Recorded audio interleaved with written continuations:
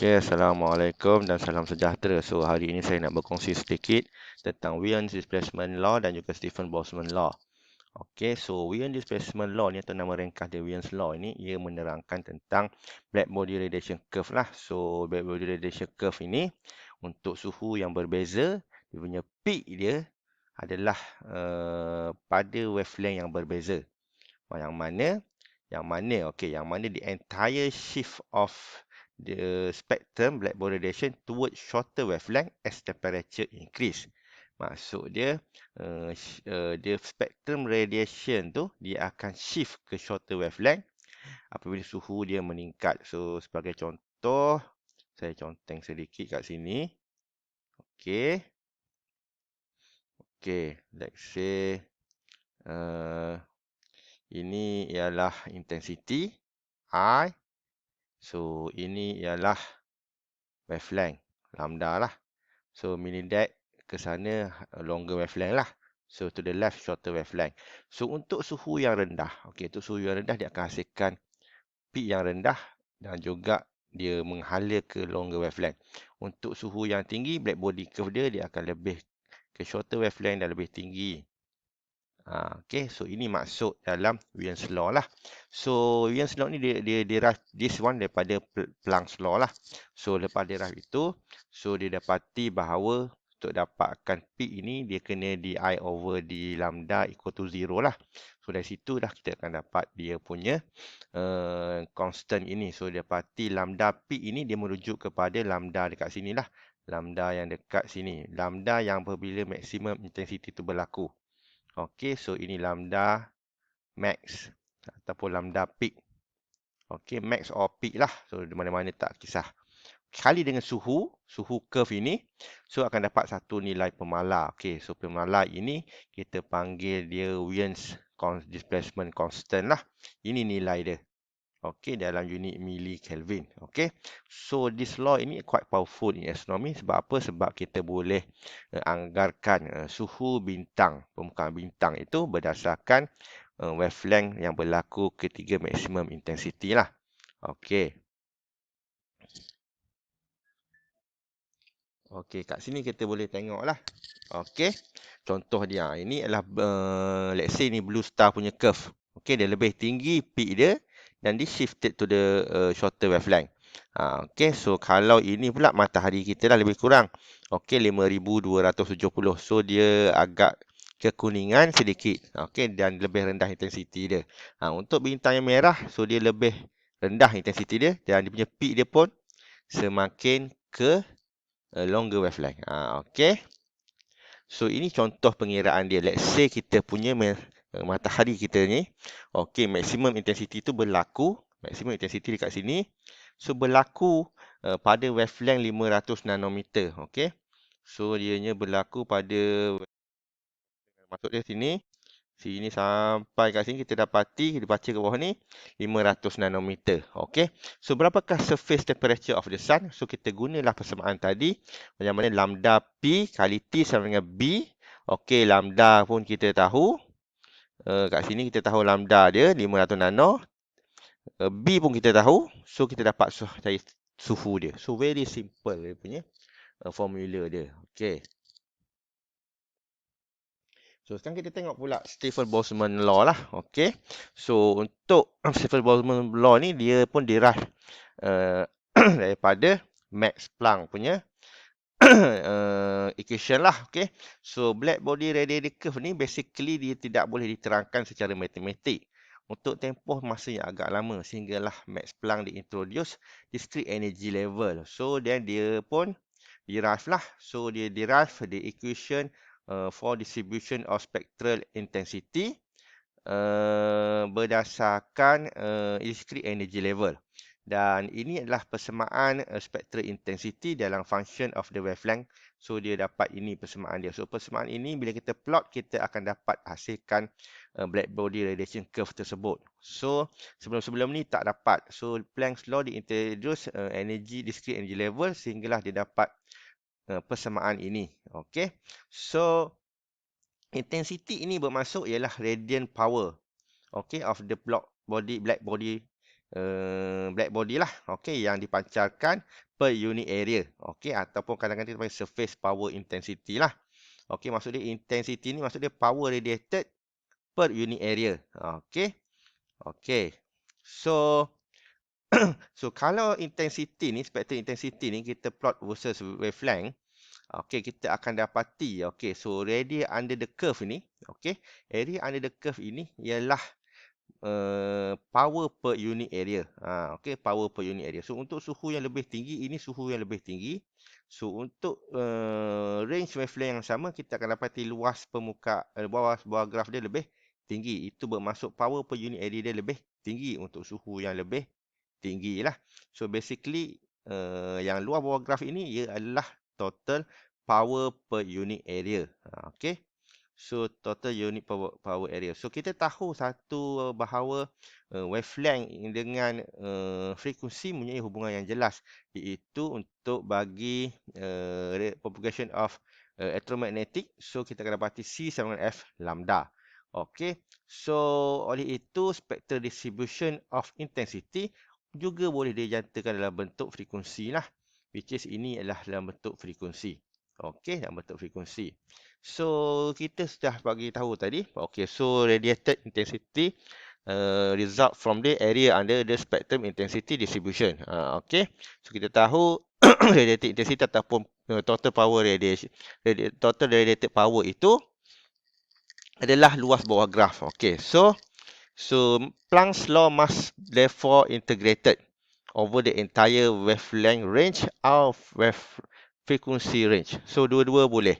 Dia mesti dikamerkan bagi keseluruhan wavelength, spektrum wavelength, spektrum tersebut. Entire wavelength range bagi spektrum tersebut ataupun frequency range.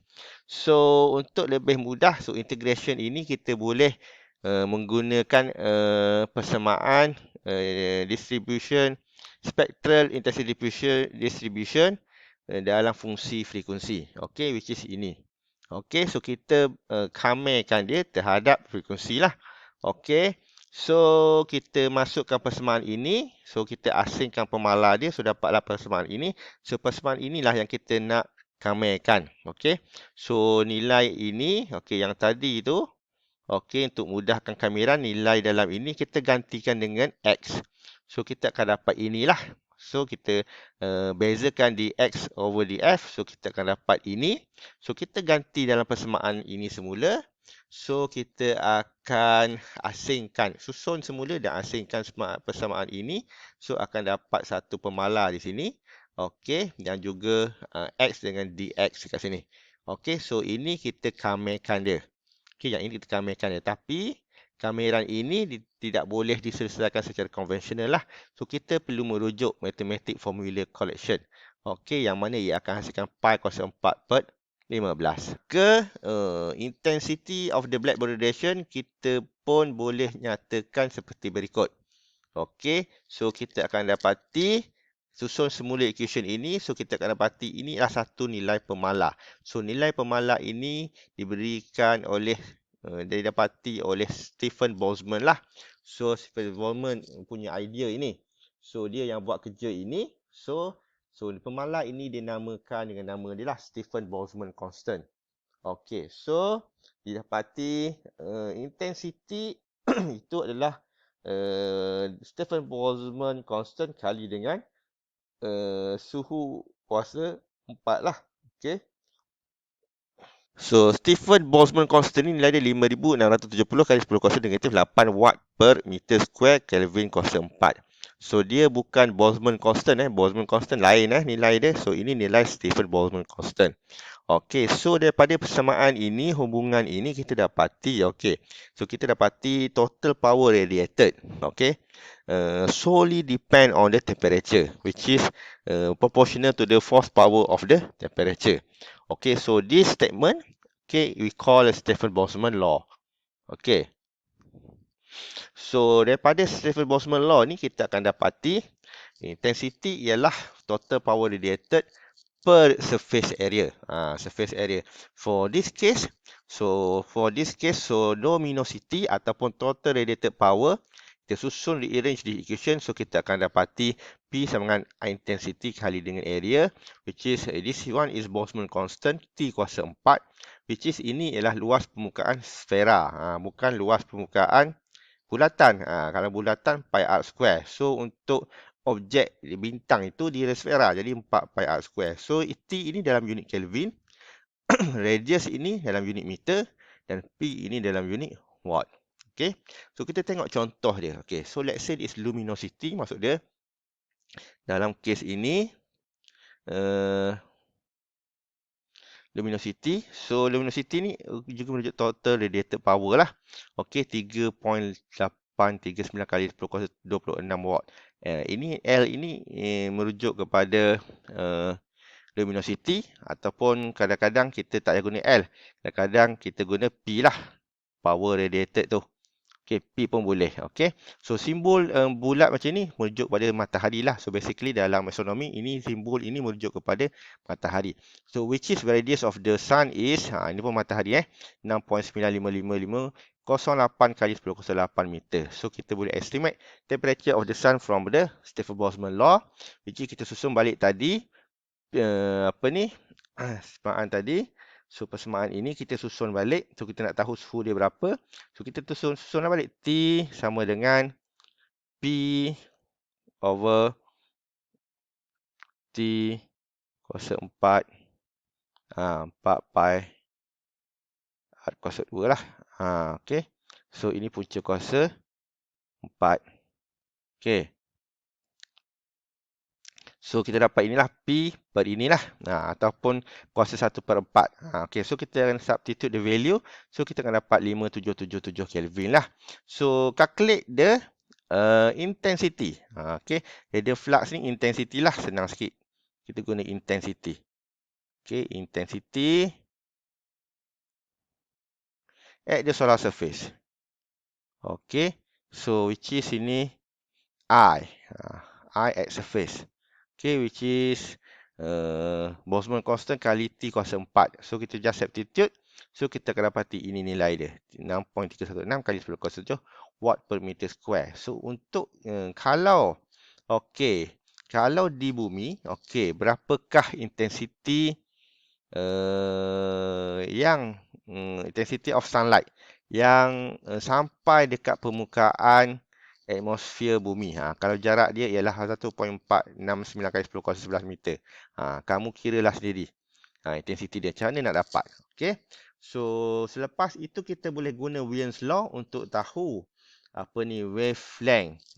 Dekat mana wavelength yang menghasilkan peak maksimum pada permukaan matahari, iaitu lambda max sama dengan 0.0029 mK ini ialah nilai B, which is Wien's constant, kali dengan suhu 577 Kelvin. So kita akan dapati maksimum wavelength adalah 501.6 nanometer. So dalam curve black body itu wavelength yang maksimum ialah 516. 516. Ni yang kat sini yang curve di situ ni 516 nanometer. So itu adalah yang saya ingin terangkan dan berkongsi dengan kamu hari ini, sedikit tentang Wien's law dan juga Stefan-Boltzmann law, yang mana kedua-dua ini kita boleh kira total power radiated dan juga intensity, serta juga kita boleh cari suhu pada permukaan matahari, dan juga kita boleh tahu apakah lambda max bagi radial curve untuk satu-satu bintang tersebut, ataupun satu-satu black body, satu-satu jasad black body lah. Okay, so itu saja untuk saya kongsikan. So sekian, terima kasih.